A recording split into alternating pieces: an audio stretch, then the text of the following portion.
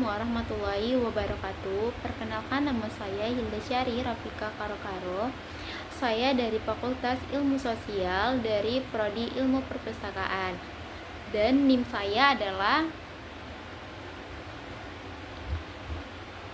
di sini saya akan menjelaskan sedikit tentang kedudukan, peran, dan fungsi Pancasila. Kedudukan, peran, dan fungsi Pancasila memiliki 4 bagian. Yang pertama, Pancasila sebagai sistem filsafat. Yang kedua, kesatuan sila-sila Pancasila sebagai suatu sistem filsafat. Yang ketiga, Pancasila sebagai ideologi bangsa dan negara. Dan yang terakhir, nilai-nilai Pancasila. Pengertian Pancasila. Kata Pancasila berasal dari bahasa Sanskerta, yakni panca, yang memiliki arti 5, dan sila berarti dasar, prinsip, atau asas. Jadi, Pancasila berarti 5 dasar. Pancasila merupakan falsafah dan negara Republik Indonesia. Pancasila memiliki makna, rumusan, dan pedoman fundamental bagi segala kehidupan bermasyarakat, berbangsa, dan bernegara bagi seluruh rakyat Indonesia. Pancasila sebagai sistem filsafat. Menurut KBBI, falsafah adalah anggapan, gagasan, dan sikap batin yang paling dasar yang dimiliki setiap manusia.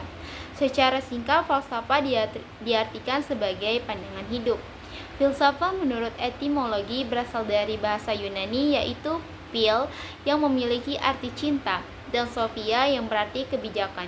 Jadi filsafat artinya adalah cinta kebijaksanaan. Di dalam buku Elemen Filosofi karangan Jigret merumuskan filsafat sebagai ilmu pengetahuan yang timbul dari prinsip-prinsip yang diketahui dengan kekuatan budi kodrati dengan mencari penyebab yang terdapat. Pancasila adalah filsafat negara yang lahir sebagai collection ideologis seluruh bangsa Indonesia. Selanjutnya, kesatuan sila-sila Pancasila sebagai suatu sistem filsafat. Kesatuan sila-sila Pancasila sebagai suatu sistem filsafat terbagi menjadi 3. Yang pertama, sila-sila Pancasila menurut kajian ontologis. Yang kedua, sila-sila Pancasila menurut kajian epistemologi. Yang ketiga, sila-sila Pancasila menurut kajian aksiologi. Pancasila menurut ontologis. Pancasila menurut ontologis pada hakikatnya adalah manusia yang memiliki hakikat secara mutlak monopluralis. Pancasila sebagai pendukung utama sila-sila secara ontologi memiliki hal yang mutlak, yaitu terdiri atas susunan kodrat raga, jiwa, jasmani, dan rohani. Sedangkan Pancasila menurut epistemologi. Menurut kajian epistemologi adalah Pancasila sebagai upaya untuk mencari hakikat Pancasila sebagai suatu sistem pengetahuan, dikarenakan epistemologi merupakan bidang filsafat yang membahas hakikat ilmu pengetahuan.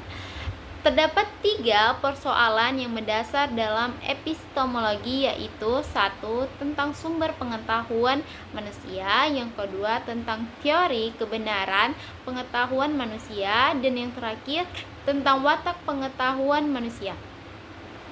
Sedangkan Pancasila menurut aksiologi, secara aksiologi nilai-nilai yang terkandung dalam Pancasila pada hakikatnya merupakan suatu kesatuan.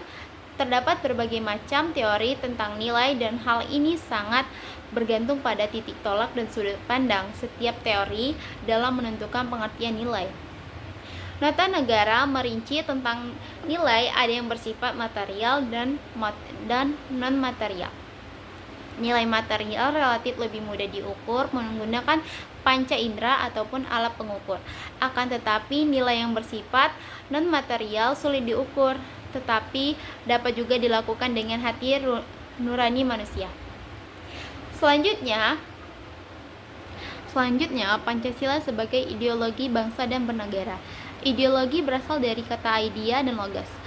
Idea berarti gagasan, konsep, pengertian dasar, dan cita-cita.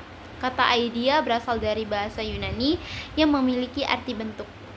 Sedangkan idean berarti melihat, sedangkan logos berarti ilmu. Jadi, pengertian ideologi secara umum adalah sekumpulan ide, gagasan, keyakinan, kepercayaan yang menyeluruh. Selanjutnya, Pancasila sebagai ideologi memiliki karakteristik Yang pertama, ideologi seringkali muncul dan berkembang dalam situasi krisis. Yang kedua, ideologi merupakan pola pemikiran yang sistematis. Yang ketiga, ideologi mempunyai ruang lingkup yang luas namun beragam. Yang keempat, ideologi seringkali muncul berkembang dalam situasi kritis. Nilai-nilai Pancasila. 1. Ada ketuhanan yang Maha Esa. Sila ini mengandung nilai bahwa negara yang didirikan sebagai pengejawatahan tujuan manusia sebagai makhluk Tuhan yang Maha Esa, dan yang kedua, kemanusiaan yang adil dan beradab. Sila ini mengandung nilai-nilai bahwa negara harus menjunjung tinggi harkat dan martabat manusia sebagai makhluk yang beradab. Yang ketiga, Persatuan Indonesia. Persatuan Indonesia. Sila ini mengandung nilai bahwa negara adalah sebagian penjelmaan sifat kodrat manusia modulatis, yaitu sebagai makhluk hidup individu dan makhluk sosial. Yang keempat, kerakyatan yang dipimpin oleh hikmat kebijaksanaan dalam permusyawaratan perwakilan.